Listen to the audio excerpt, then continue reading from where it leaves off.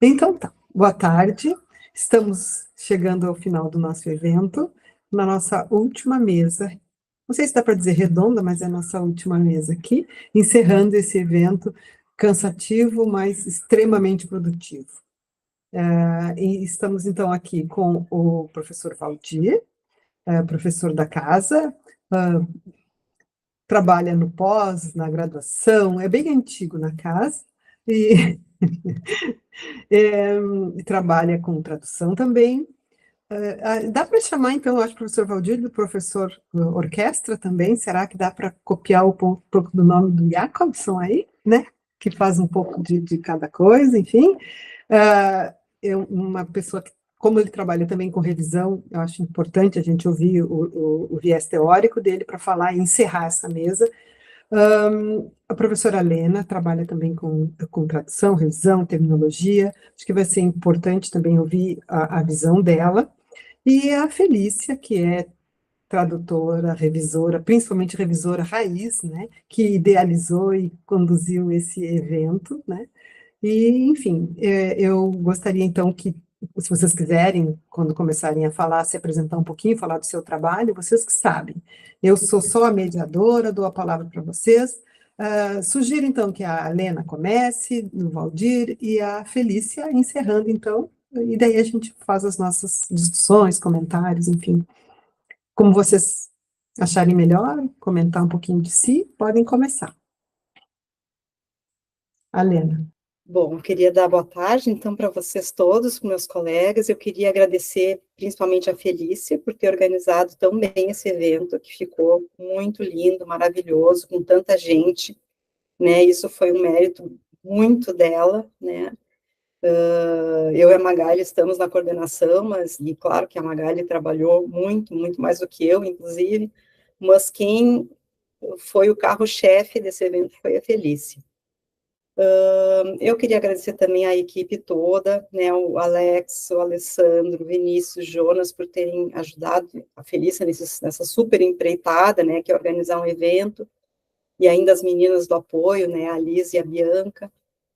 E eu queria agradecer de novo também a Felícia e a Magali por outro motivo, por terem me convidado para essa mesa, porque eu sou tradutora, sou professora do Departamento de Letras Clássicas e Vernáculas, de língua portuguesa, mas eu também sou tradutora. Minha formação, né, inicial na graduação foi como tradutora. E como tradutora, a gente acaba revisando traduções também, né? Então, eu não sou exatamente uma revisora de texto, não é a minha profissão, mas por traduzir, por me dedicar para isso, eu também reviso traduções. E isso faz muitos anos, desde que eu me formei, na verdade. Então, eu faço isso há mais tempo do que eu dou aula, né? E eu tive poucas oportunidades de escrever ou de falar sobre tradução e sobre revisão, né? Na verdade, é a primeira vez que eu falo teoricamente sobre revisão em um evento. E eu gostei muito de poder falar sobre isso. Eu não sei se vocês vão gostar de ouvir, mas eu vou gostar de falar. Eu queria cumprimentar também aqui o Valdir, que está aqui na mesa conosco, pela parceria de estar aqui comigo nessa mesa. Eu fiquei muito feliz que ele aceitou vir falar nesse nosso evento e junto comigo aqui nessa mesa. O Valdir tem sido um interlocutor, assim, luxuosíssimo, né, com quem eu tenho discutido ao longo dos anos aqui na URGS, inclusive assuntos que nem são tanto do interesse dele, mas ele sempre está disposto, ele sempre me indica coisas para ler, ele sempre tem caminhos, ele dá ideias, até nas minhas loucuras, né? Então, super obrigado para o Valdir. E a todos que estão escutando, obrigada também, eu espero que vale a pena vocês ficarem aqui me escutando.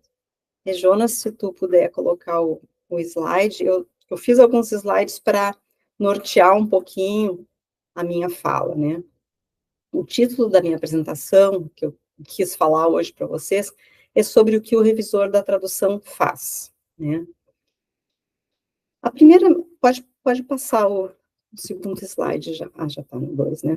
Esse é o 2, Jonas? É, né? Tá. Sim. A primeira coisa importante para dizer é que meu ponto de partida é a linguística, os estudos da linguagem, e eu considero a tradução e a revisão como operações de linguagem. Por isso, eu acho que a gente não pode desvincular, ou pelo menos não do ponto de partida que eu tomo aqui, né, a gente não desvincula nem a revisão, nem a tradução de uma teoria geral sobre as línguas e sobre a linguagem. Então, por isso que talvez tenha aqui uma série de explicações que eu tive que acrescentar para chegar no ponto, né? Porque tem toda essa base teórica aí em que eu me alicerço, né, para falar as coisas que eu falo. Ainda, eu considero a revisão da tradução como parte do processo de tradução. E mais do que isso, né, a revisão da tradução não é somente uma parte do processo editorial da tradução, né? O revisor também traduz em diversos níveis. Então, essa última afirmação aí, de que o revisor traduz em diversos níveis, é o que eu pretendo mostrar, porque eu acho que é isso que ele faz, né? E eu quero mostrar, então, por que e como o revisor traduz em diversos níveis. E por isso também eu vou precisar explicar em alguns aspectos importantes do que é tradução, do que eu estou chamando de tradução, para chegar no que faz o revisor quando revisa uma tradução. Pode passar o slide, Jonas. Uma outra coisa importante é que eu estou considerando que a revisão da tradução é uma operação diferente da revisão de textos de modo geral, relacionada a uma operação monolíngue, né, que envolve apenas o próprio texto revisado em uma língua. Porque tem uma diferença, né, entre revisar um texto considerando apenas as regras e a língua em que ele foi escrito, e revisar esse mesmo texto considerando ainda e principalmente a tradução que se faz para chegar nele. Então, sob o ponto de vista que eu quero mostrar aqui para vocês, a tradução e a revisão de textos são ainda operações metalinguísticas, pois elas implicam falar também das línguas, né? Quando a gente tenta entender, por exemplo, a colocação de uma preposição, né, só para ilustrar um pouco o que é metalinguística, né, o que é uma operação metalinguística. A gente pensa em uma colocação de preposição, quando a gente pensa como que aquela colocação deriva um sentido ou outro, quando o revisor precisa pensar, às vezes, ou comentar o funcionamento da língua, da sintaxe da língua para revisar, né? Porque às vezes a solução é explicar alguma coisa da língua, ou explicar um termo, né? Ou colocar uma nota, né? Explicando isso. Então, tudo isso são operações metalinguísticas que estão embutidas aí no próprio processo de revisar e que às vezes aparece explicitamente no próprio texto, né? De tradução ou de revisão. A outra coisa que é bom deixar claro é que eu vou dar aqui alguns exemplos pensando em textos escritos, né? Pensando na revisão de textos de tradução escrita. Mas muitos dos princípios, ou a maior parte dos princípios gerais que eu vou falar aqui, eles, na verdade, dizem respeito a texto em qualquer modalidade, né? Seja falado, escrito, digital, que envolve outros elementos como imagem, som e tal. Então, só para isso ficar mais claro. Bom, pode passar para o slide 4, Jonas, por favor. Um outro aspecto que eu quero salientar é que eu parto do princípio de que a gente não traduz línguas, mas textos. Eu não vou detalhar aqui, né, porque não é o propósito da minha fala, e a Magali também não ia gostar que eu ficasse falando muito sobre isso, mas é a partir desse eixo condutor que eu tenho construído a minha reflexão, né? Nós não traduzimos línguas, mas textos, né? Como assim não se traduz línguas, né? Vocês poderiam dizer. Se eu tenho um texto em alemão, traduzo ele para o português, eu não estou traduzindo do alemão para o português? Sim, é claro que tem uma questão de línguas envolvidas aí, né? A tradução e a revisão, portanto, são um processo, né? São parte de um processo de produção de um texto que, evidentemente, pressupõe conhecimento das línguas de trabalho, porque a gente precisa compreender, decodificar, conhecer as possibilidades de significação dos elementos dessas línguas, mas o que eu estou querendo mostrar aqui é que o conhecimento das línguas que eu estou chamando aqui revisor tradutor, né, precisa estar além do conhecimento do sistema das línguas. É preciso que esse revisor entenda os significados nos textos em que eles ocorrem. Vocês podem dizer, isso tem a ver com o contexto, né? Aquilo que todo mundo sabe, que uma palavra só tem sentido no contexto. Eu acho que todo mundo que estudou no Brasil desde 1980, pelo menos, ouviu isso, né, de que as palavras só têm sentido no contexto. mas é um pouco mais do que isso, né? Porque a gente precisaria especificar o que é esse contexto. Também não vou me deter muito aqui, porque isso dá uma tese, mas um pouco eu vou precisar falar, porque é importante para entender a complexidade do que o revisor tradutor, esse revisor tradutor faz. Slide 5, Jonas, por favor. O contexto, ele não é só a situação externa do texto. Por exemplo, se eu sei que o texto traduzido se trata de um romance russo do século XIX, ou se é um artigo acadêmico recente na área de medicina. O contexto é também, e principalmente, eu estou chamando aqui de contexto, né, é também e principalmente aquilo que está no próprio texto. O fato de que aquele conjunto de palavras e outros elementos textuais estabelece uma coerência entre si. É isso que explica como que, por exemplo, se cair na mão da gente um texto qualquer, mesmo que a gente não saiba quem escreveu, nem quando, a gente provavelmente vai conseguir entender aquele texto. E, às vezes, até perceber que se trata de uma notícia de jornal, por exemplo, ou de um conto, ou de um contrato jurídico. Além disso, a gente vai entender que aquela narrativa, por exemplo, do conto que é contada ali, ou da lei que está lá, aparece no contrato jurídico, se estabelece pelo próprio texto, né? Eu não preciso ter outras informações. Pode ser que não se consiga, claro, recuperar quando que o texto foi escrito, quem escreveu, em qual circunstância, mas é possível compreender o sentido do texto apenas por aquilo que o texto contém ali, vamos dizer assim. Isso porque aquelas palavras, naquela disposição, aquela combinação de palavras, vai nos fazer reconhecer ali uma coerência que diz respeito ao texto em si. Por isso que, às vezes, pode acontecer também, especialmente quando se trata de um texto técnico, pode acontecer de alguém que seja um especialista na área, mas não seja um tradutor ou um revisor, consiga fazer um bom trabalho de tradução, de revisão. Porque aquele especialista, além de conhecer as línguas em jogo nessa tradução, mas especialmente por ser um especialista e conhecer profundamente o assunto, ele vai reconhecer e identificar os sentidos daquele texto que estão carregados de historicidade, do discurso que ele já conhece, do conhecimento que ele tem daquelas coisas que estão sendo ditas, né, de como aquele assunto, em como as palavras se organizam para formular sentido sobre aquele assunto, por exemplo. Então, o que eu estou querendo dizer com isso é que isso requer muito mais do que conhecer os significados do dicionário e a gramática de uma língua. O tradutor e o revisor precisam perceber na língua do original e como reconstruir esse contexto, essa coerência na tradução. O revisor também, né, para estabelecer se a tradução está adequada ou não.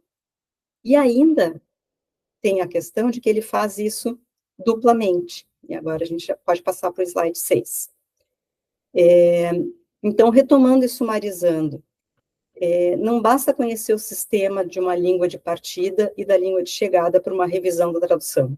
É preciso entender a unidade de coerência que se forma a partir daqueles elementos que estão naquela combinação, naquele conjunto, no texto de partida, e, além disso, reproduzir essa unidade de coerência na língua de chegada. Esse é o trabalho do tradutor, mas também é o trabalho do revisor. Ele precisa refazer esse percurso, né? Ele precisa refazer esse percurso do tradutor com a complexidade ainda maior, pelo fato de que ele ainda tem a própria percepção desses dois textos, então eu estou dizendo que seriam como camadas a mais, né? Deixa eu ver qual é o... Isso, aí eu tentei fazer essas flechinhas para mostrar uma espécie de percurso, né? Que ele tem o conhecimento das línguas, aí tem o estabelecimento dessa coerência, né? Que ele precisa fazer tanto no texto de partida quanto no de chegada, e ele precisa, então, pensar nessa reprodução do texto final de revisão. Então, o revisor vai precisar percorrer um caminho originando o que eu vou chamar dessas camadas, né, que seriam 3 camadas de texto, porque ele vai precisar, então, compreender o texto original, o que faz produzir um texto, né, que é esse texto de leitura da compreensão dele, que é a leitura, né, que ele faz, o revisor. Ele vai precisar compreender o texto traduzido, que é, novamente, faz produzir um outro texto, e nesse cotejo ele vai precisar perceber essa coerência, né, e ver como que o tradutor, se ele respeitou essa coerência, propôs uma nova, ou parcialmente respeitou, né, porque o texto são vários enunciados, são várias partes, né, então pode não ser uma coisa total, né, pode ter partes ali que ele precise refazer ou sugerir uma reformulação, dependendo da coerência que ele pretende estabelecer para aquele texto. Né. No slide 8, então, deixa eu ver aqui que eu botei no slide 8. Sim, tá. Eu vou falar dessa questão, né, de que nessa descrição de camadas aí que eu estou fazendo, estão implicadas duas coisas importantes. O revisor, na verdade todo e qualquer leitor, né, ele não tem um acesso direto aos textos do original e da tradução, porque ele tem sempre a própria leitura que ele faz desses dois textos. E dois, essa leitura é uma operação interpretativa de transformação, sempre. E aqui, slide 9, é que eu vou trazer um pouco do que o Jacobson considera como tradução, né? Esse linguista Jacobson, ele classifica isso que eu estou chamando de leituras interpretativas aqui, como tipos de tradução, né? Claro que isso aqui é uma interpretação minha, né? Mas por que eu estou dizendo isso? Ele vai dizer que mesmo quando se trata da mesma língua, se trata de tradução, né? Por exemplo, quando a gente faz uma paráfrase, quando a gente é chamado a dizer com nossas palavras algo que acabou de ser dito, ou quando a gente repete o que acabou de ouvir, o texto que resulta disso vai ser produzido a partir de uma interpretação do que a gente ouviu, né? Então, esse seria um caso de tradução intralingual. O caso de tradução, como a gente normalmente conhece, de tradução propriamente dita, né, entre línguas, ele chama de interlingual. E ele ainda fala de um outro tipo de tradução, que seria a intersemiótica, não nos interessa muito aqui, mas é só para mostrar, né, essa visão que ele tem de tradução como uma operação de interpretação, né, que a intersemiótica seria, sei lá, no caso de transformar um texto literário num musical, numa ópera, por exemplo, né, entre semioses diferentes, assim. O que importa, então, nessa classificação que eu quero aproveitar aqui para mim, é o que ele considera como tradução está relacionado a essa interpretação que a gente faz a cada vez que estamos diante de um texto que precisamos entender. E é nesse processo de compreensão desse texto, sempre há uma interpretação e sempre tem uma transformação, né? Então, o revisor da tradução, ele, além de ser também um tradutor, né, ele deve ter as mesmas habilidades do tradutor, e também a questão de que eu quero ressaltar aqui, é que essa interpretação não é só uma decodificação, né, mas é uma compreensão que reformula o texto. O slide 10, então, para encerrar aqui, eu queria resumir, retomando aqui o que eu acho, então, a partir dessa reflexão que o revisor da tradução faz. Em primeiro lugar, sendo a revisão uma operação linguística e que envolve uma operação metalinguística, porque faz pensar e comentar a língua, o revisor produz um texto e também pensa e comenta as línguas em questão. Em segundo lugar, como a revisão da tradução é parte do processo de tradução, do ponto de vista editorial e técnico, o revisor também traduz, ele é sempre um revisor tradutor. E ainda, o revisor traduz em camadas, né, que eu estou chamando provisoriamente aqui de camadas, pois pressupõe os dois textos nas duas línguas, né. E, por fim, então, ao produzir o texto da revisão, o revisor interpreta e transforma os textos, o que está implícito em produzir um texto e em traduzir de qualquer maneira, né, de modo geral. Era isso que eu queria trazer para vocês, essa reflexão sobre a complexidade, né, que é a revisão da tradução. Obrigada, Lena. Nossa, eu quero perguntar umas coisas aí para ti, mas eu acho que vamos deixar o pessoal falar, porque e depois todo mundo conversa juntos, né? Eu fiquei aqui já catucando nas minhas leituras, porque quando a gente está lendo e já vê uma palavra esquisita, a gente já quer fazer o papel do tradutor. Eu sofro desse problema. E aí eu quero saber do tradutor se aquela palavra eu concordo com ela. A gente está sofrendo isso com o Thomas Mann agora, com o problema, tem leitores que estão lendo em alemão. Então, está bem complicado, porque a gente quer saber se o tradutor conversa com o que a gente acha que seria a palavra que está ali. Então, será, Alena, pensa isso, que o leitor funciona como um revisor da tradução em algum momento? O leitor. O leitor. Leitor não quero dizer o leitor que não está comprometido com isso, sabe? É o leitor que nem eu. Eu não sou tradutora, mas eu fico ali esmiuçando aquela história, porque, né? E para quem é um leitor Fica metido, contrapondo uma leitura isso, àquela leitura. sim, o leitor metido é um problema. Agora eu comprei a edição do Fausto em alemão e em português. Olha, veja, eu vou levar o resto da vida. O Valdir vai dizer que eu vou morrer antes, mas vou. Então eu fico ali lendo em português e catando a palavra em alemão. Não, não é? Não faz bem para um leitor comum. Mas depois eu te incomodo. Professor Valdir, será um prazer ouvi-lo. Boa tarde a todos e todas que estão aqui presentes. Eu gostaria inicialmente de manifestar a minha alegria em estar aqui junto a todos neste sexto Fórum Nacional de Revisão de Textos. Eu quero, em especial, agradecer as professoras Magali de Wright, a Helena Silva e Felícia Folkfaz, tá bom? Boa minha pronúncia, Felícia? Perfeito. Obrigado. Eu quero imensamente agradecer às professoras que me convidaram para estar aqui e quero também agradecer às colegas e os colegas que me assistem nesse momento, né?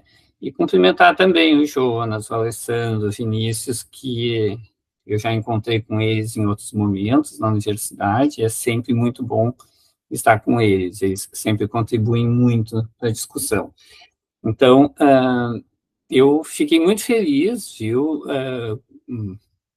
a Lena, Felícia e Magali, que é a ordem que está aparecendo aqui para mim, de ser convidado, e aceitei, porque eu acho que a revisão é um trabalho difícil. É um trabalho muito difícil e é um trabalho que merece ser comentado, merece ser debatido. Eu faço revisão há muitos anos, eu sou revisor há muitos, muitos anos mesmo, e eu daqui a pouco vou dizer especificamente que tipo de revisão eu faço.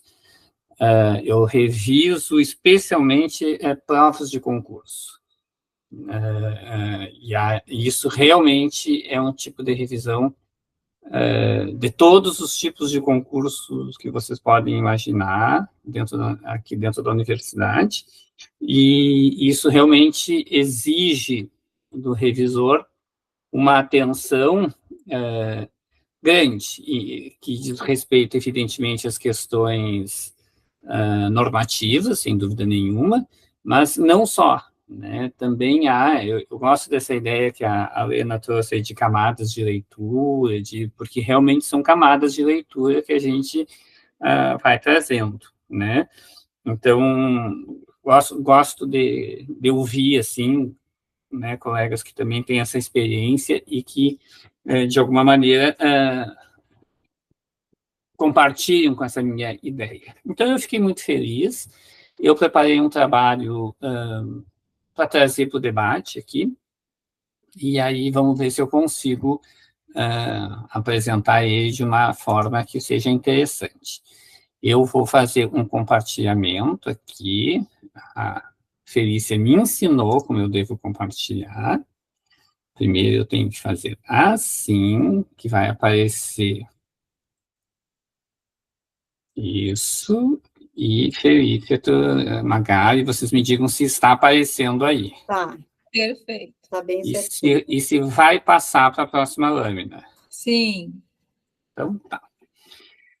Bom, eu propus, quando, então, as colegas me convidaram para estar aqui, eu propus um tema que não é um tema comum, né? Porque vocês veem que no título do tema aparecem duas palavras que não são propriamente correntes, né, na literatura em torno da revisão.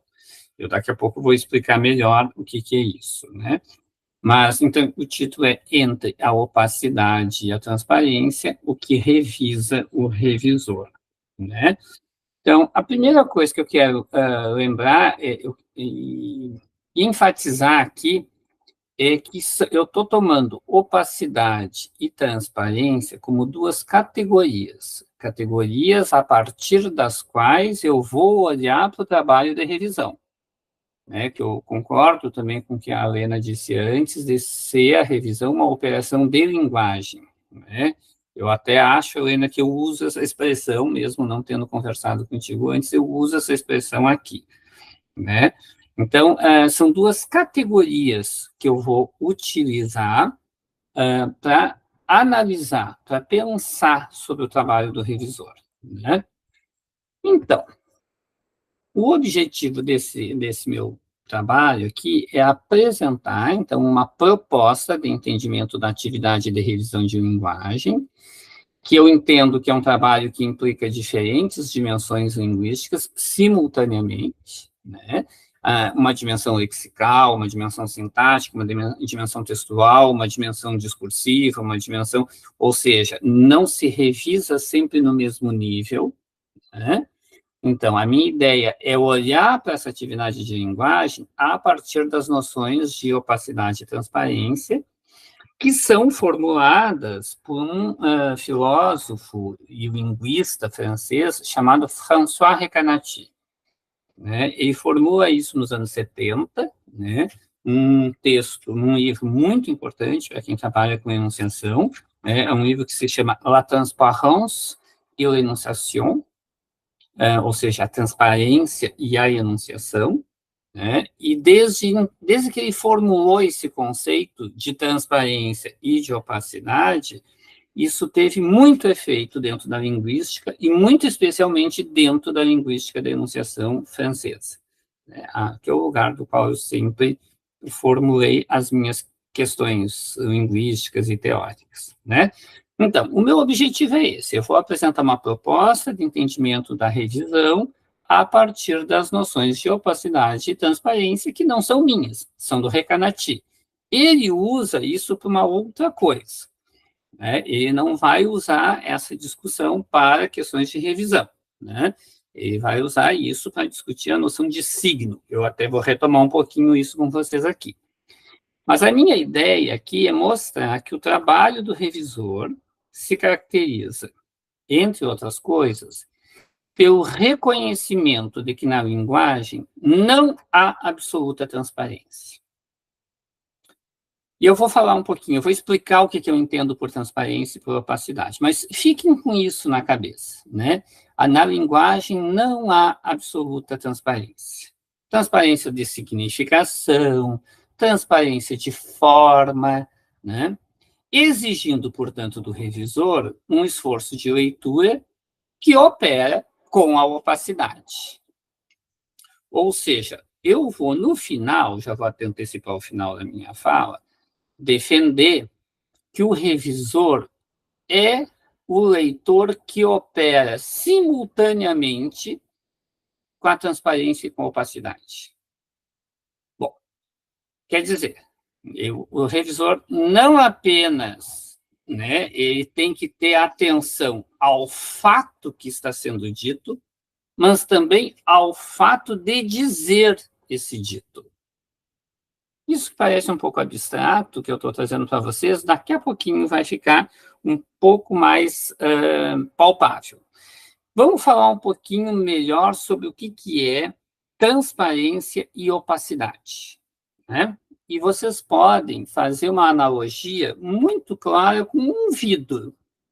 Eu trago aqui uma janela e um vidro que é uma figura de um vidro. O que vocês têm aí? Vocês têm um vidro transparente, né? Então, a gente vê que o vidro está ali, sem dúvida nenhuma, mas a gente facilmente atravessa o vidro, né? Então, eu estou vendo lá árvores, né, postes de luz, a grama, o gramado, bom, ou seja, esse vidro aqui ele é transparente, né? Então, há uma transparência, eu atravesso ele e consigo chegar no que está depois dele. Então, isso é a transparência. Daqui a pouco eu vou trazer isso para a questão da revisão. Aqui nós temos uma opacidade. Eu até gostei dessa figura que eu encontrei, porque o que nós temos? Se aqui nós temos um vidro que não se interpõe entre quem observa, quem vê e aquilo que é visto, né? Então, eu estou vendo a árvore, as árvores, o gramado, o vidro, ele não se interpõe ali, ele funciona transparentemente. Aqui vocês veem que o vidro ele é opaco, né? Ele se interpõe. Ou seja, eu paro no vidro, eu não chego na coisa observada. Então, a principal diferença entre opacidade e transparência é que, na transparência, o vidro não se interpõe. Na opacidade, o próprio vidro passa a ser um objeto, né? O próprio vidro se interpõe. Vocês veem, assim, se a gente olhar com um pouco de atenção, vai ver que tem objetos atrás do vidro, tanto é que tem uma parte aqui do vidro que não tem vidro, né? Que a gente vê claramente, que tem as taças, os pratos, né? Na parte que tem o vidro, a gente vê que tem coisas atrás, mas elas não são evidentes, elas não são fáceis de se definir, né? Então, essa é a principal questão que eu estou trazendo para vocês. Quando tem opacidade, o vidro se interpõe. Quando tem transparência, o vidro não se interpõe. Eu chego naquilo que eu quero ver. Aí vocês vão me perguntar, mas o que isso tem a ver com revisão e com linguagem? Eu quero defender aqui com vocês que essa ideia de transparência e de opacidade acontece, ela se aplica diretamente à noção de signo linguístico. Ou seja, um signo linguístico, né, ele pode ser transparente ou ele pode ser opaco. Ele é transparente quando ele funciona sem que a gente tenha que parar nele. Ele é opaco quando ele funciona de uma maneira que a gente tem que parar nele, que o próprio signo se interpõe. Primeiro caso, quando um signo é transparente, é isso que, bom, está acontecendo aqui. Eu espero que o que eu estou falando, que eu esteja falando para vocês, seja transparente. Se vocês me pedem uma informação, vocês me perguntam que horas são, eu digo para vocês, são 17 horas e 7 minutos. Se vocês me pedem uma informação de onde fica um determinado uma loja, eu vou dar a informação. Ou seja, quando é feita o tipo de resposta que eu vou dar e o tipo de pergunta que me foi feita, ela é transparente. Eu não fico pensando na pergunta, no signo. Agora, quando eu volto para a opacidade aqui, quando eu fico pensando, né, eu faço uma pergunta e vocês ficam pensando na palavra que eu utilizei para fazer a pergunta, eu paro na palavra, o signo se torna opaco, né? Isso acontece em muitos níveis. Um nível, por exemplo, de significação, né, quando a gente não sabe o que uma palavra quer dizer, um signo quer dizer, mas até mesmo no nível fônico. Se vocês ficarem prestando atenção apenas na minha voz, apenas no na minha entonação, no meu significante, diria Saussure, vocês vão opacificar o signo, né? Não vão conseguir entender do que eu estou falando, né? A gente para no significante.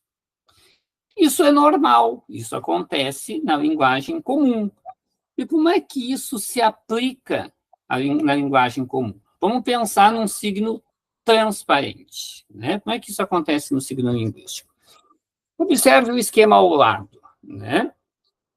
Nesse esquema ao lado aqui, vocês têm uma representação que é corrente, que é normal, que é comum, né, no campo da linguística, que é uma representação transparente do signo. Vocês veem que vocês têm um significante, um vértice do triângulo, o significado no outro vértice, que alguns chamam de pensamento, outros chamam de referência, tanto faz. E o objeto do outro lado, do vértice. Ou seja, o significante, ele é transparente em relação ao objeto. Tanto é, ele tem uma linha pontilhada embaixo, porque a gente vai dizer que ele representa o objeto, ele representa o referente no mundo, né? Então, vocês vejam que nessa formulação de signo, de palavra, de frase, de texto, eu estou chamando signo aqui qualquer coisa que a gente esteja falando, esteja escrevendo, ele funciona assim. Olha, ele funciona exatamente assim, ele vai direto até o objeto, né? Então, vocês veem que o significante vai direto até o objeto. Então, é quando o signo funciona de uma maneira transparente. Trata-se de uma primeira aproximação. Isso, né, então, pode ser traduzido, e eu estou usando aqui traduzido num sentido muito específico, como a Lena falou aí, no sentido de dentro da própria língua, né? Então, eu tenho a palavra cão, né, que designa o objeto cão no mundo e que pode ter um sentido de lealdade, amizade, vivacidade, ou um sentido negativo, um sentido qualquer. Aqui tem os sentidos positivos na palavra cão, né, mas poderia ter sentidos negativos. Bom, né?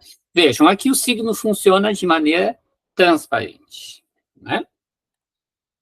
Aqui, no entanto, né, e aqui eu ponho uma citação do Recanati, se leva em conta o que o signo é como coisa, se o próprio signo se interpõe, ele se torna opaco e perde a sua virtude representativa. Vamos pegar esse exemplo aqui, né?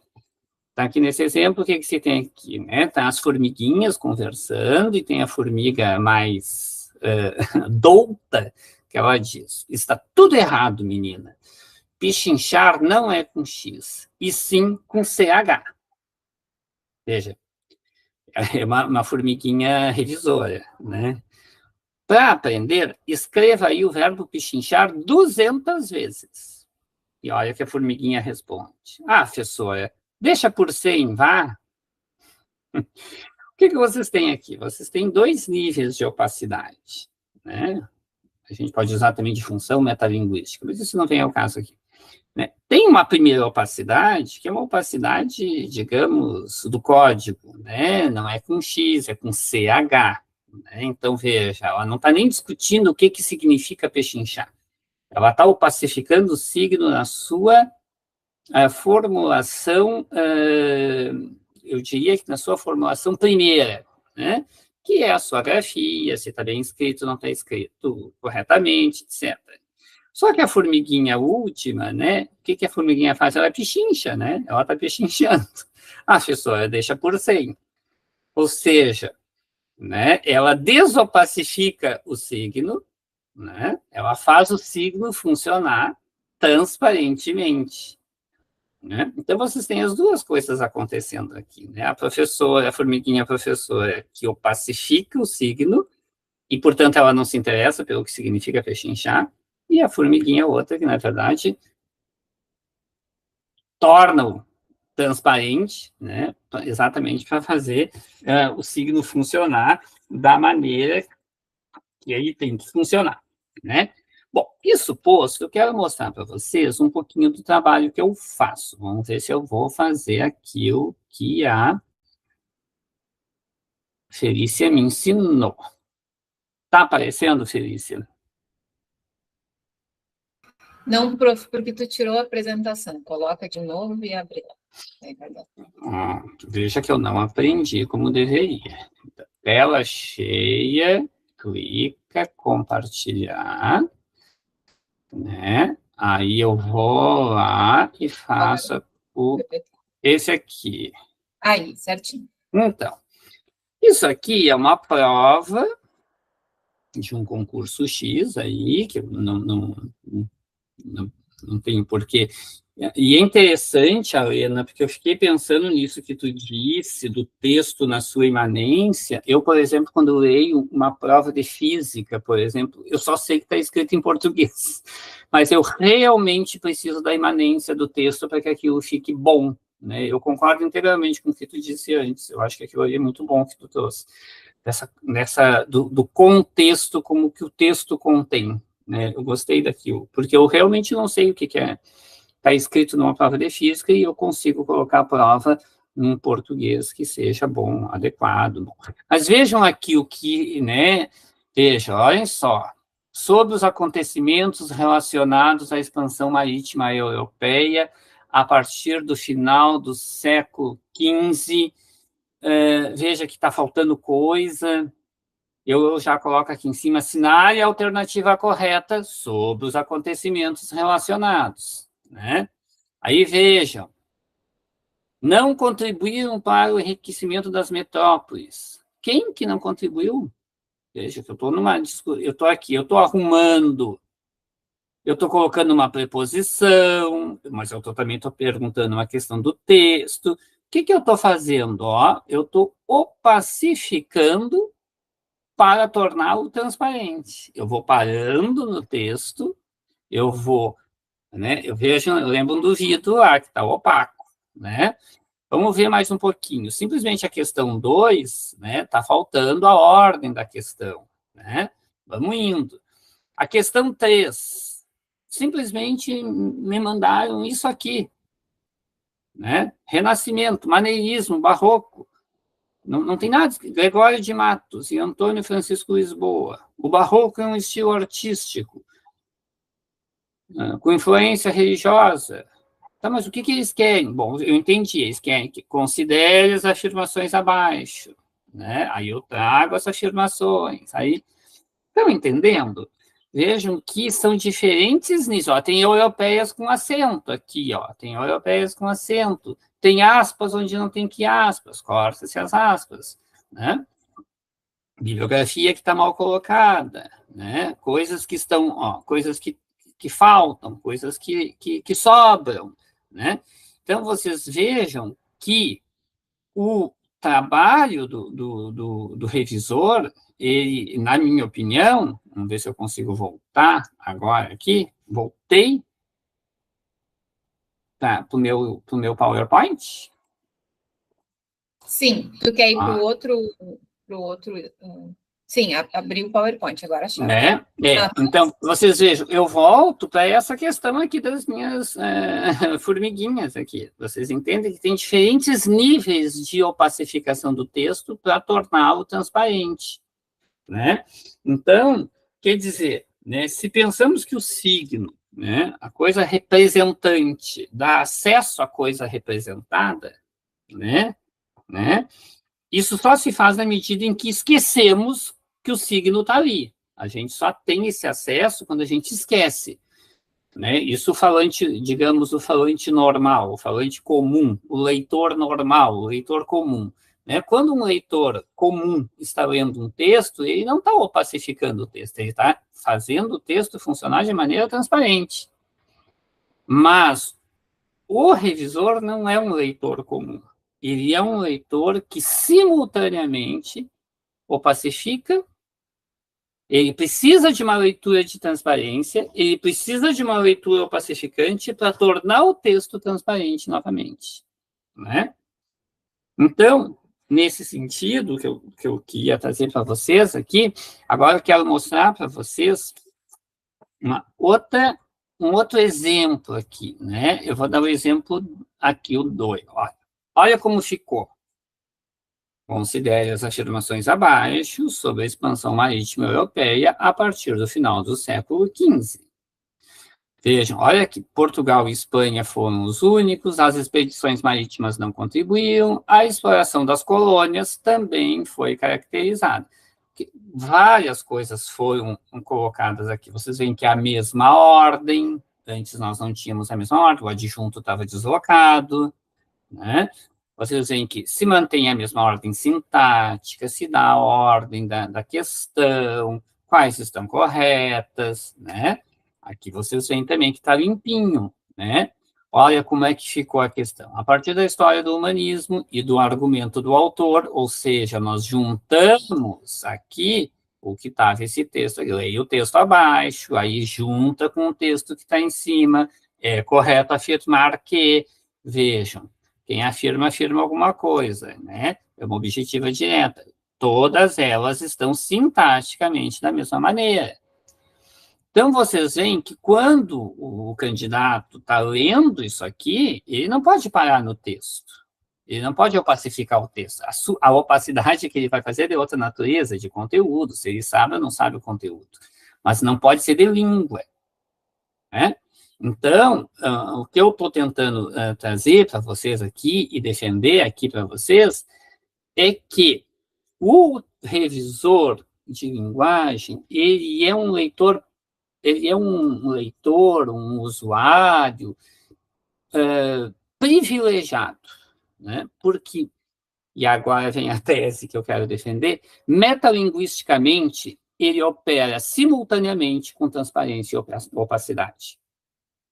E essa é a diferença do que diz o Recanati, que eu estou dizendo aqui para vocês. Porque o Recanati vai dizer que os falantes operam simultaneamente com transparência e opacidade. De acordo. Sim, nós, quando lemos um texto, a gente vai na transparência e às vezes fica em dúvida de uma palavra, uma coisa, procura no dicionário. Sim, é normal oscilar entre os dois. Mas o que eu estou defendendo é que o tradutor metalinguisticamente opera com a simultaneidade da transparência e opacidade. Ou seja, ele usa a língua, metalinguística, ele usa a língua para falar da língua, e ao fazer isso, ele opera com as duas categorias. Com isso, eu estou chegando ao fim da minha proposta de debate com vocês, e eu quero defender, então, que a importância disso que estamos propondo aqui é clara. O revisor de textos precisa fazer sempre uma leitura que, simultaneamente, opacifica o texto e o torna transparente. Muito obrigado, eu estou depois à disposição para fazer uma conversa com vocês. Eu não sei se eu não passei o tempo, Magali. Não controlo o tempo. Vocês são livres aqui. Muito obrigada, Valdir, e retornei aos tempos de aluna. Essa didática é muito significativa. Eu lembro bem das aulas. Dá para a gente pensar, depois que a Felícia falar, mas assim, né? A Lena diz, né? A gente traduz dentro revisa e traduz dentro daquele texto, não a língua toda, né? E, Valdir, essa transparência, essa opacidade que o revisor tem, eu acho que, como todos nós, mas eu acho que ele tem, como tu diz, um nível maior, ele precisa se deter mais. Aí eu me lembrei de uma frase do Steiner, que ele diz que o intelectual é aquele que lê com o lápis na mão, o revisor é aquele que lê com o lápis na mão e a opacidade maior, né? Uhum. Será que a gente pode pensar que seriam mais camadas, não, que como a Lena disse, talvez ele tenha que se deter um pouquinho mais nessa opacidade, sabe? Porque eu noto que eu não sou revisora, mas eu tropeço mais. Eu acho que sim, tu tem toda a razão, eu acho que sim, mas eu acho que o revisor tem essa especificidade dele, vou usar aqui uma palavra complicada, mas é num sentido bem simples, ele conscientemente opera com a metalinguagem, com a função metalinguística. Porque nós operamos sempre com a função metalinguística, mas ele conscientemente opera com isso. Ele tem consciência dessa metalinguística. Ele precisa disso. Então, ele precisa, ele opera, eu sei, porque eu reviso há 100 anos na minha vida, eu estou sempre parando, eu paro em tudo. Eu paro no léxico, eu paro na sintaxe, eu paro na significação, eu paro na coerência, eu paro, mas eu tenho que entender por que eu estou parando, então, simultaneamente, eu estou fazendo as duas coisas metalinguisticamente. Né? Agora, é claro que o leitor comum também para, mas ele para sem ter a consciência metalinguística disso. Sim, até do porquê parou. Exatamente. Tá bem. Mas voltamos a falar. Voltamos. Obrigada. Obrigado. Muito obrigada. Professora Felícia, é um prazer ouvi-la. Ai, gente, o que me resta aqui, né? Olha, essa minha fala aqui talvez seja até um pouco repetitiva para quem acompanhou o evento todo, né? A gente vem falando do tema dessa mesa ao longo de todas as sessões em que a gente teve. É um fio condutor, assim, que foi permeando as nossas discussões ao longo de todas as sessões, né? Então, talvez eu soe um pouco repetitiva aqui. E o que eu quero dizer para vocês é muito mais uma fala de fechamento do que algo novo para os revisores ou para vocês em geral, né? Até porque eu estou aqui do lado de grandes professores. Mas eu vou começar e depois a gente comenta. O título da minha fala é o que temos que aprender quando aprendemos a revisar. Eu vou usar aqui um sistema de ler e falar ao mesmo tempo, eu não tenho slides, tá? Vou manter a tradição das mesas redondas do fórum, que é ler o texto, tentando ler de uma forma natural. Alguns revisores meus já até comentaram no grupo, assim, por que eles leem o texto da mesa redonda? Porque é um texto, é uma fala de 20 minutos. Como a gente ainda quer usar esse tempo da melhor forma, e a gente não tem, por exemplo, habilidade de certos professores que falam sem parar, sem nem ler nada, a gente prefere ler, porque tem essa segurança, né, desse registro aqui. Então, já peço desculpa por isso, mas vamos lá. Então, o que a gente tem que aprender quando aprende a revisar? Bom, primeiramente, eu quero agradecer pela parceria desses professores com quem eu divido essa mesa hoje. Eu me sinto lisonjeada porque vocês são os meus professores. Eu sou aluna de vocês, né? E eu estaria na mediação dessa mesa hoje, e não aqui falando. Mas, como vem acontecendo desde 2017, a Magali me pegou pela mão e me disse assim, vai falar assim. Então, eu vou falar como ela me ensinou que dá certo. Como é que dá certo? Com narração e, na medida do possível, com concretude. Eu espero que ela não me mande refazer esse texto no final. Quem é aluno de LPT1 na URG sabe do que eu estou falando, né? Bom, então, gente, a minha participação nessa mesa redonda é, na verdade, uma contação de história.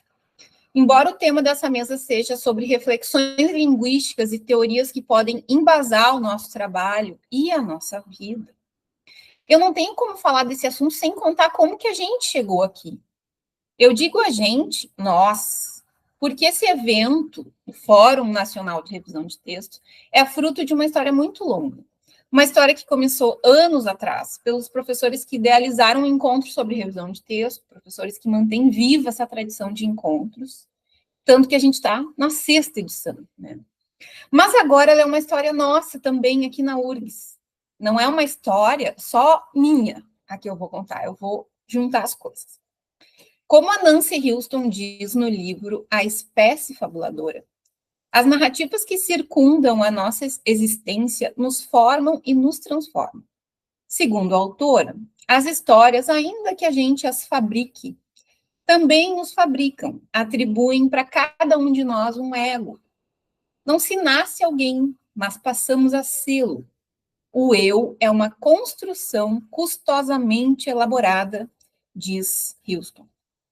Por isso, eu começo dizendo eu.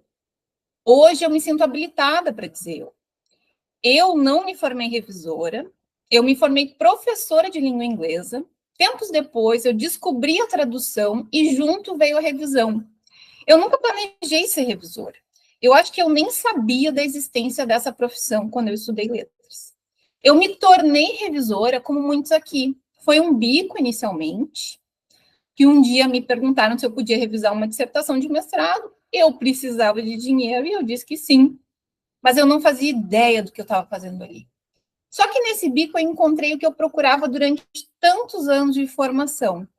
A essa altura eu já tinha concluído a graduação, eu já tinha especializações, mas eu não tinha encontrado o que fazia o meu olho brilhar. Eu não tinha encontrado o trabalho que não tem peso de trabalho, o trabalho que eu sinto que eu faço com prazer. Eu gostava de ser professora, tá? Mas eu não preciso dizer aqui o quanto ser professora hoje no Brasil é cansativo. Mas essa história de ser professora cansada vocês já conhecem, eu não preciso contar. Bem, quando então eu encontrei a revisão, eu passei a me dedicar a ser a melhor revisora que eu podia ser. Só que tinha um problema. Como será que a gente se torna um bom revisor? Eu não fazia ideia disso. Então, eu comecei a buscar cursos livres, e cursos livres porque naquela época a educação à distância não era tão difundida quanto hoje. A única especialização em revisão que eu achei no Brasil era da PUC Minas, presencial, e eu não tinha como me mudar para Belo Horizonte. Então, o primeiro curso que eu consegui fazer foi com o professor Paulo Ledur, uma figura fundamental na formação de revisores de texto em Porto Alegre. Tenho certeza que pessoas que estão assistindo essa live agora também foram alunos dele. E apesar de ser um curso livre, rápido, com foco principalmente em gramática, eu devo muito ao professor Ledur por esse pontapé, porque ali eu semeei a desconfiança imprescindível ao revisor. Depois desse curso, no qual eu aprendi muito, eu sabia que eu precisava aprender muito mais, faltava. Estava claro que o domínio da gramática normativa por si só não me tornaria uma revisora.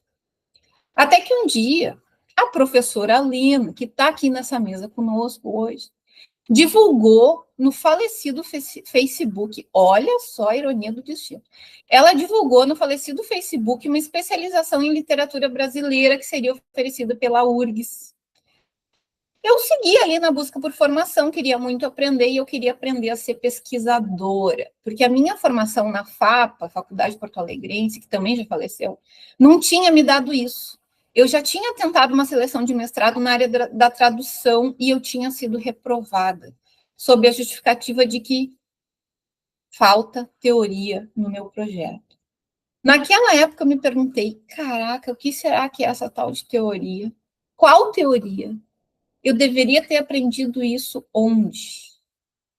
E eu queria pesquisar, porque nesse tempo, já trabalhando quase exclusivamente como revisora, além da desconfiança, eu tinha curiosidade. Desconfiança e curiosidade, que são coisas diferentes. E eu tinha muitas perguntas. Não eram perguntas sobre normas, sobre a BNT, sobre coisas formais. Tudo isso aí a gente encontra resposta nos livros, nas gramáticas, nas normas. Elas estão dadas, tu lê e aprende, como disse o professor Valdir numa aula para mim uma vez. Se está escrito, tu lê e aprende. Só que eu tinha dúvidas sobre mais, eu tinha dúvidas sobre o que está envolvido de fato nesse trabalho que eu estou fazendo. O que significa ser revisora de texto? Significar. Ainda mais se for um texto acadêmico, que a gente tanto revisa todos os dias. Mas a verdade é que eu não sabia nem elaborar essas perguntas, né? Eu tinha só um desejo de saber, compreender, só isso. Nessa especialização em literatura, que a Lena compartilhou, então, eu comecei a fazer, eu acreditava que eu podia achar respostas para essas indagações. Mas aí eu me dei conta de outra coisa, como é que eu vou achar resposta para uma pergunta que eu não sei fazer, né? Que eu não sei qual é. Tá, tudo bem, vamos lá, vamos estudar. O ano passou, o curso estava chegando ao fim, e na última disciplina eu já tinha, assim, ó, desistido. Tá, tudo bem, eu fiz mais uma especialização, aprendi um monte de coisas sobre literatura brasileira, conheci um monte de professor maravilhoso, me instigaram a pensar sobre texto, sobre autoria, sobre o poder social da leitura, e era isso. Mas a gente tinha uma última disciplina para cursar, que parecia até, assim, ó, com perdão da expressão, encheção de linguiça, que era uma disciplina chamada escrita acadêmica. Tá bom. Eu, revisando texto acadêmico há, sei lá, 8 anos já, eu não acreditava que essa disciplina mudaria alguma coisa na minha vida. Só que daí entrou quem? Dou uma chance para vocês adivinharem, aí no YouTube. Entrou a professora Magara. Depois desse dia, eu descobri que eu não sabia praticamente nada sobre texto acadêmico. Na verdade, eu não sabia praticamente nada sobre texto. E dá para reduzir um pouco mais essa frase. Na verdade, eu não sabia praticamente nada. Eu tinha uma graduação e 4 especializações na área de letras. E eu tinha também a petulância de quem sabe pouco ou quase nada. Nessa época, eu não tinha lido ainda a História do Cerco de Lisboa, do Saramago. uma das poucas narrativas que tem um revisor de texto como protagonista. Nessa narrativa, o Raimundo Silva diz que, abre aspas, modesto sempre o revisor terá de ser, e se lhe deu um dia para ser imodesto, com isso se obrigou a ser, em figura humana, a suma perfeição. Eu aprendi isso também depois, né, da petulância. Mas o que mudou quando eu conheci a professora Magali? 2 pontos, basicamente. 1, ela me convidou para participar do grupo de pesquisa dela sobre escrever e ler na universidade. E ela me apresentou uma teoria, a tal da teoria, a linguística da enunciação de Benveniste. Esses 2 fatores, o grupo e a teoria, têm algo em comum. Não era para eu emocionar.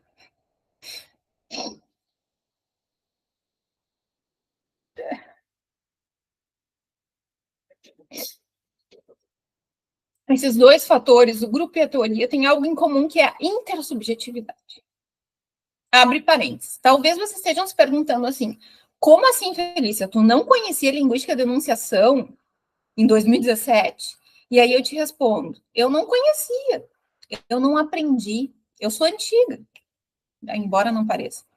Eu li Saussure na graduação, eu lembro de muitas aulas de linguística, lembro de estudar metaplasmos, preconceito linguístico, tanta coisa boa, mas eu não conheci Benveniste lá.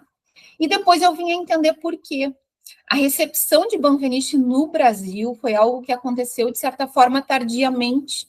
Então, eu realmente não tive essa oportunidade. Depois eu tive.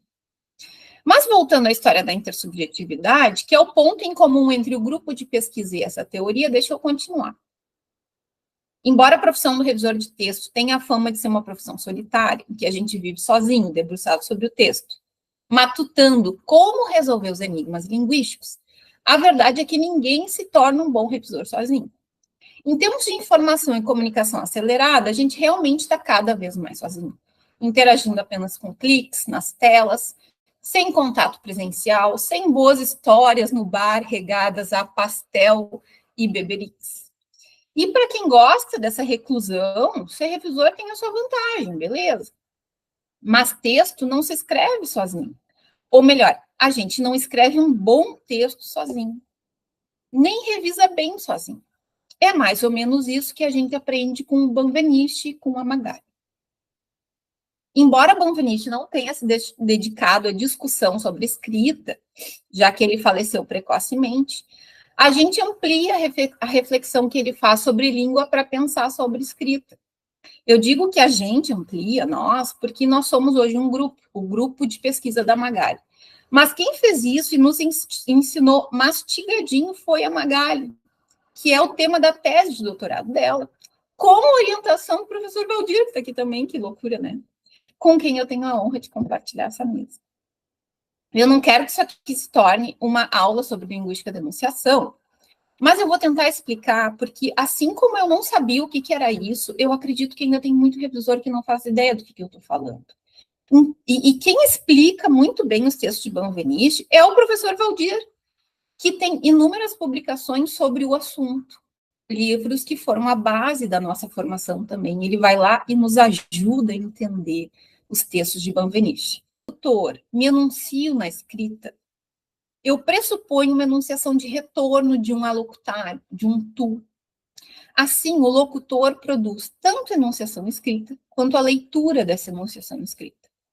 Nessa relação, o leitor, que inicialmente ocuparia o lugar de alocutário no ato enunciativo, é, na verdade, o locutor. Pois, como diz o professor Valdir, em um dos livros dele, o leitor enuncia a leitura, o leitor enuncia a sua leitura. A gente sabe que a escrita é comumente vista como simples representação da fala. E ela não deixa de ser representação também. Mas não é só isso.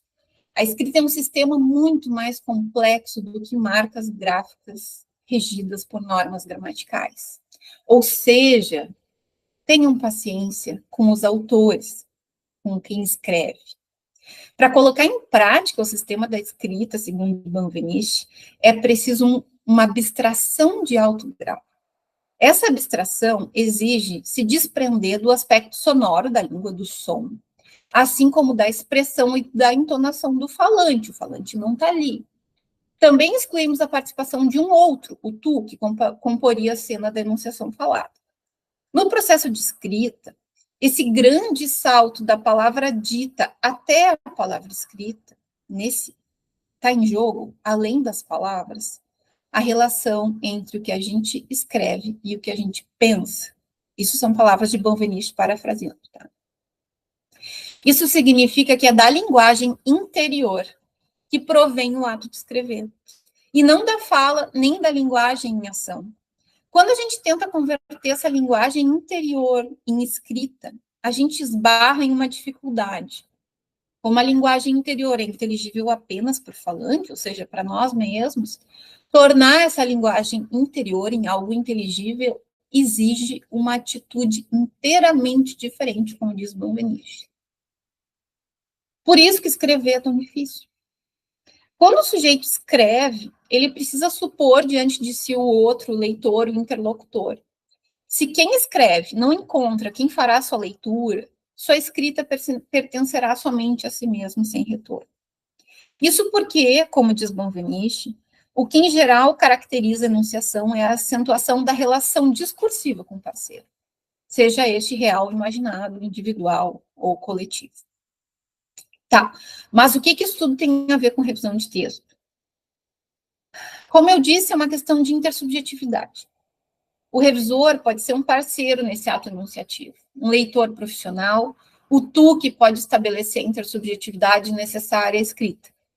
Como a escrita exige uma abstração de alto grau, como disse Benveniste, já que o tu não está presente fisicamente durante o ato de escrever, quem escreve muitas vezes precisa imaginar o seu leitor, criar mentalmente um sujeito com quem ele vai dialogar. Essa realidade é sempre a mesma, independente do que resulta dessa escrita, que pode ser um conto, um livro, uma tese, por exemplo. Em contextos universitários, especialmente aqueles que consideram a escrita uma forma de medir conhecimento, de gerar uma nota para aprovação e não um ato intersubjetivo, é essa interlocução com o revisor que atribui sentido à escrita, muitas vezes. Na minha pesquisa de mestrado, eu me dediquei a averiguar o trabalho desse profissional no âmbito acadêmico, né? E pude constatar que uma das funções do revisor de texto é colaborar para que o aluno ressignifique o seu lugar na língua. A relação entre o aluno e o revisor estabelece a interlocução, a intersubjetividade. Bom, o que eu quero dizer com tudo isso é que a formação de revisores sob a ótica da enunciação permite que se compreenda seu papel para muito mais do que a simples adequação à norma padrão ou a chamada correção gramatical. No nosso cotidiano, fala e escrita estão a serviço uma da outra. É preciso falar sobre o texto para desvendar as minúcias que se escondem na linguagem interior de quem se propõe a escrever. No ato de revisar com a sua leitura interessada, ativa, o revisor se reapropria da escrita do autor e oferece essa enunciação de retorno tão desejada. Assim, a escrita carrega tanto as marcas do autor quanto as marcas do leitor, desse que o autor faz enunciado. O outro, que até então estava ausente da cena enunciativa da escrita, retorna no ato de revisão. Esse outro é o revisor. Mas o revisor só assume a posição de tu se ele souber que pode assumir a posição do sujeito na língua. E como é que ele descobre isso? Sozinho não é. Quando a gente olha para a revisão através da lente da enunciação, a gente aprende que o papel do revisor é muito maior do que aquele que consta no imaginário das pessoas. Cai por terra a ideia de policial da língua. E aí que está o problema que motivou essa mesa aqui. Uma pessoa desavisada, sem uma formação ampla e que decide se aventurar no mundo da revisão de texto, pode assumir essa função normalizadora e crer que é esse o seu papel. Mas o revisor só é capaz de assumir esse lugar de interlocutor se ele tiver a oportunidade de compreender que é daí que parte a função dele. Grupos de pesquisa, laboratórios, encontros com professores que nos pegam pela mão são formas de chegar nesse lugar. Eu estou falando de coletivos com propósitos reais de ensino e aprendizagem. Com essa conversa, a gente chega no grande tema dessa edição do Fórum. Em tempos de inteligência artificial, a capacidade de reflexão sobre língua é talvez o que nos distingue da máquina do ChatGPT. E se é isso que nos diferencia, nós não temos que nos preocupar com a máquina, a gente tem que correr atrás desse aprendizado. E além de aprender, a gente tem que ensinar, que é o nosso lado humano, a nossa subjetividade, que nos torna insubstituíveis. Pois veja, eu comecei essa fala tendo a coragem de dizer eu, mas eu queria mesmo dizer eu e tu. Eu queria dizer nós, como eu disse agora. Nós aqui inclui eu, Magália, Lena, Valdir, Ledur, Luciana, Anelisa, José, Alessandro, Vini, Jonas, Alex, o nosso grupo de pesquisa, os revisores de texto da minha equipe na Mais-A, os meus alunos na PUC Minas, os meus clientes nesses 15 anos como revisor, as quase 400 pessoas do texto que participaram desta 6ª edição do Fórum Nacional de Revisão de Textos, e vieram aqui para aprender e ensinar juntos. Com essa fala, eu queria mesmo dizer que eu acredito na revisão como um ato enunciativo, e mais que isso, um ato social. Mas eu só cheguei nessa compreensão porque eu não sou mais aquela solitária revisora enclausurada no meu pequeno escritório. Com a linguística de enunciação e tudo que eu aprendi com esses professores e colegas, eu pude me constituir como sujeito. Eu pude dizer eu e, assim, desvendar o meu próprio lugar nas letras, na língua e no mundo, porque eu encontrei, de fato, o meu lugar. E assim eu encerro a minha fala, querendo dizer também que, assim, vocês viram como a Lena e Valdir falaram? É isso que forma um revisor de verdade. A aula que nos faz entender o cerne da coisa, né? A teoria linguística que a gente trouxe, a reflexão linguística que a gente trouxe para essa mesa, é isso que a gente está querendo dizer. É parar para pensar, antes de tudo, o que constitui, de fato, o nosso trabalho. Passei do tempo, será, prof? Acho que deu. Não, acho que não. Tem Obrigada, 10 minutos para conversar. Eu não sei bem. Isso foi golpe baixo. Ah, sim. Mas eu quero dizer que tudo que tu falou, eu quero dizer uma outra frase que tu disse. A professora Magali me mostrou Benveniste. Valdir me mostrou Benveniste. Então, acho que aqui nós temos uma coisa circular aqui, né? Né? Enfim, e tu me lembrou muito a mim mesma nessa trajetória toda, né? Vocês podem falar, eu acho que Valdir e a Lena, porque Felícia e eu não podemos falar nada agora. Eu quero falar, eu quero parabenizar a Felícia pela excelente fala, que ela realmente ela consegue articular a questão da experiência, né, da experiência, não no sentido, mas na experiência, no sentido que o Agamben fala de experiência, né, da experiência de viver uma determinada realidade e a reflexão sobre essa experiência. Isso realmente é algo assim, a gente tem que elogiar isso, porque não é uma coisa fácil de fazer, Felícia. Eu fiquei muito atento à tua fala, porque ao mesmo tempo que ela tem essa narração, que tu tinhas dito que ia privilegiar, ela tem muita consistência teórica, né? Muita consistência teórica, muita discussão, e isso não é fácil de fazer quando se faz uma narrativa, né? Então, eu queria, na verdade, dizer que eu aprendi muito já acessei a Gutenberg enquanto tu estava falando, já baixei o teu texto, né? Já vi que tem outros textos muito interessantes mesmo na revista, né? Então, já baixei teu texto, já vou ler ele entre hoje e amanhã. Então, eu gosto de coisa nova, eu queria registrar isso. Fiquei muito feliz. Valdir, deixa eu só te dizer uma coisa, né?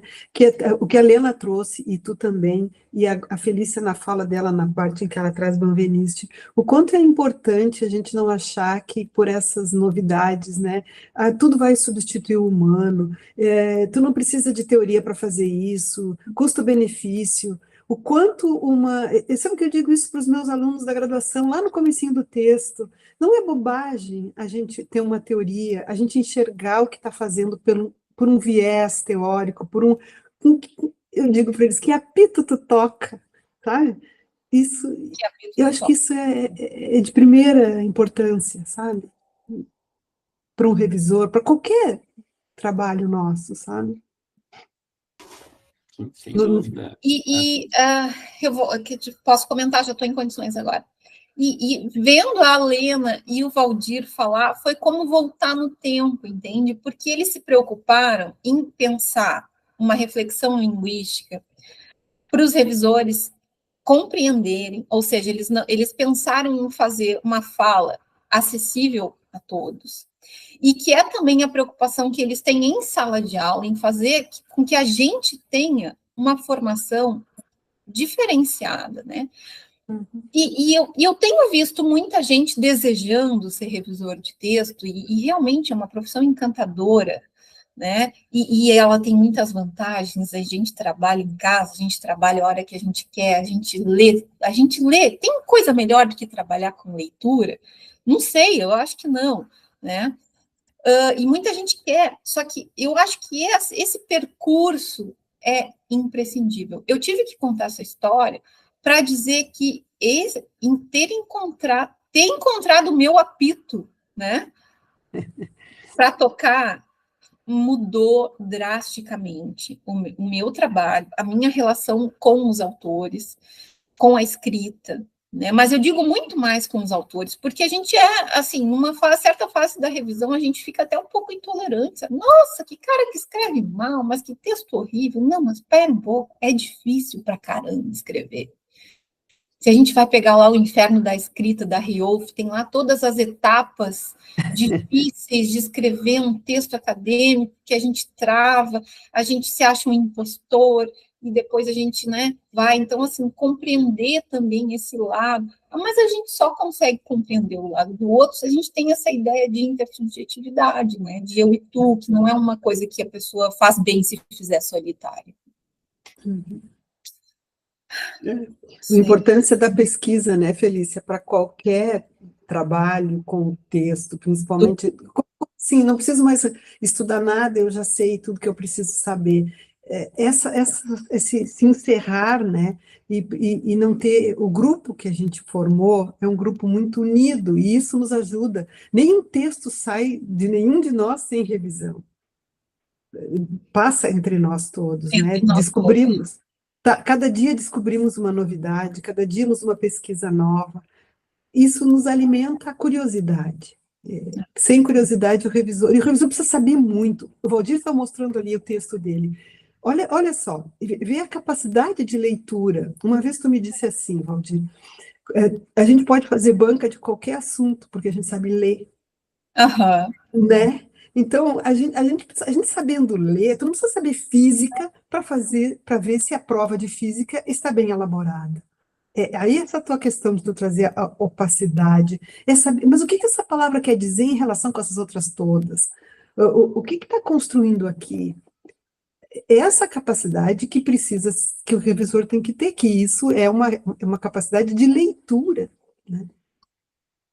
E compreender que a gente vai ser tanto opacidade quanto transparência nos permite, na verdade, nos dá o direito de ser opacidade, porque parece que o revisor ele não pode trabalhar com a opacidade, ele tem que trabalhar só com a transparência, né? Parece que a gente não pode interferir, que a gente não pode interromper, que a gente não pode travar o andamento do texto, mas não é assim que funciona, né? Eu amei a fala do Valdir, eu ficaria, na verdade, eu queria vamos rever a aula do Valdir, né? E depois Felícia, vamos usar essas duas expressões agora, vamos pegar para nós e vamos usar nos textos, vai ficar bom. Como a gente vem usando as coisas do Valdir, né? Não é de agora. Você vai pegar o meu artigo lá da Gutenberg, tem cheio de Valdir Flores lá dentro, né? Já baixei o arquivo aqui do texto, já está aqui, já vou, né? Mas eu acho realmente que essa é uma discussão pertinente, e agora a Magali traz a questão da prova de física. Tem textos que a gente lê, a Felícia, que tem bastante experiência, mais experiência que nós, tem textos que a gente lê que a gente só sabe que é português, que está escrito em português, a gente não consegue. Tem textos, uma prova de física, por exemplo, ontem eu terminei de revisar uma prova de biologia, sinceramente, eu só sei que é português, mas, assim, eu não sei nada do assunto que está sendo tratado ali, nada. E eu acho, tenho a ilusão de achar que ficou um trabalho bem feito de revisão. Sim. Né? Então, ou seja, qual é o nível de leitura? Agora, é evidente que se eu vou ler um livro, eu vou revisar uma tese, é diferente, são modalidades diferentes. Né? E tem uma coisa, né, Valdir, quem formulou a questão de biologia sabe de biologia. Exato. Está partindo desse pressuposto. Então, não é um tipo de texto em que tu precisa revisar o conteúdo. Mas às vezes a gente pergunta, né? A gente às vezes tem que sentar com a pessoa, claro, não sei de que área, aquele que formulou, né? E pergunta, mas exatamente o que tu quer perguntar aqui? Exatamente o que? Qual é a pergunta que quer ser feita, né? E aí, bom, uma vez eu sentei 9 vezes com um professor de uma outra disciplina aí, e realmente eu não conseguia me entender com ele, eu tive que sentar 9 vezes com ele, e ler a prova e tudo, entendi, até que eu entendi o que ele queria dizer, e bom, então realmente é um trabalho, ele é de uma abstração muito grande, o trabalho do revisor, né? Ele é de uma abstração muito grande, e aparentemente não é. Na aparência não é, porque o produto final é um produto, digamos, palatável, mas o trabalho que está contido no produto final é um trabalho de muita abstração. Eu fui no YouTube procurar se tinha alguma pergunta, né, ainda que a gente nem tenha mais tempo para nada, e não tem pergunta, as pessoas estão chorando, né, desculpa, não era a minha intenção. Tá? Eu também tive que chorar, Felícia, não deu, fiquei muito emocionada. Mas realmente... A Lena, ela não me deixou ler esse texto, foi o primeiro texto que saiu do grupo sem que a gente pudesse ler, ela não deixou. Mandar cortar, entendeu, daí... Só tem um comentário muito importante aqui, que a Ana Osório diz o seguinte: já tive o privilégio de ser revisora de um livro do professor Valdir, Emile Benveniste, Gênese de um Pensamento, da UNB, e achei a experiência maravilhosa. Os melhores autores são revisores também. É verdade. Ela revisou meu livro, é verdade. Então, vocês podem ver ali, o chat está bombando. Aqui, ó. Aqui o livro que ela falou. Tá aqui, é esse. Tem Magali que a gente queria, a gente estava falando desse livro, aí tu comprou e eu não comprei, eu acho. Não, o Valdir me deu. Tem que ser honesta. É verdade. Abriu a mão e me deu. Poxa vida. Gente, então assim, chegamos às 18 horas, chegamos ao final do segundo dia, vivos, deu tudo certo. Mais ou menos, né, Felícia? Mais ou menos. Mais ou menos vivos. Não, aí a gente está disfarçando bem, eu acho. E como uma última fala aqui, né, para esse evento, quando esse evento geralmente acontece presencialmente, né, no final aí tem também um fechamento como fizemos aqui, e tem algo que se chama, né, uma plenária, onde se passa o bastão para outra pessoa, outro grupo, outra universidade, que vai tocar adiante o fórum de revisão daqui a 2 anos, né? Esse evento ocorre a cada 2 anos. Bom, eu não tinha pensado nisso, né? Que a gente teria que passar o bastão para alguém, mas na minha mão não pode ficar o bastão, né? Porque a Magali já quer fazer outro evento, mas eu disse que não, para, só um pouquinho. Mas eu tenho algumas, aqui vi apresentações muito boas, professoras muito engajadas e grupos das universidades, mas eu vou deixar aqui o convite, né? para que alguém pegue o bastão do 7º Fórum Nacional de Revisão de Textos, né? Tantos grupos, tantos laboratórios de edição que estão acontecendo por aí.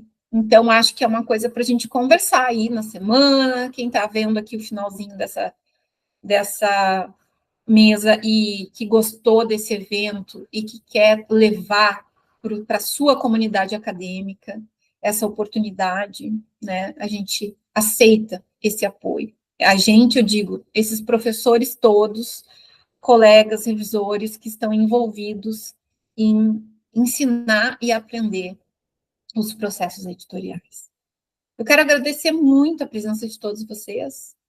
Foi excepcional, essa experiência única na minha vida. E agradeço a esses professores maravilhosos que dividiram comigo essa mesa. E é isso. Passo a palavra, não sei se vocês querem dizer alguma coisa. Eu só agradeço a todos, agradeço a Carmen, Instituto de Letras, aos colegas, à universidade. Fico muito feliz que a URGS tenha podido sediar esse, embora remoto, possa ter recebido os revisores, que foi a primeira vez da nossa universidade, né? Fico muito contente com isso e com a participação aqui dos colegas. Muito obrigada, Valdir, obrigada, Lena. Foi uma mesa um tanto atípica, né? Mas foi muito boa, muito obrigada. Vocês quiserem dizer alguma coisa ainda, enfim, à vontade. Se não, eu também gostaria de agradecer às professoras, a Felícia, a Lena e Magali, que me convidaram, agradecer às colegas e os colegas que nos assistiram, e dizer que, para mim, foi um aprendizado hoje, gostei muito de ouvir, né? Muito obrigado. Também agradeço e queria dizer uma coisa importante, que o nosso curso na URGS tem uma habilitação em revisor de texto, né, em revisão de texto, e a gente não tinha tido, que eu saiba, uma discussão assim aqui, né, na URGS, então isso é uma coisa muito bacana também. Uhum. Realmente. Então tá, pessoal, um abraço a todos, muito obrigada por todos esses 2 dias de presenças e discussões ótimas. Abraço a vocês, até daqui a 2 anos. Tchau. Vou parar a transmissão, então. Um abraço. Beijos. A Lena manda beijos. Mando. Já vamos parar.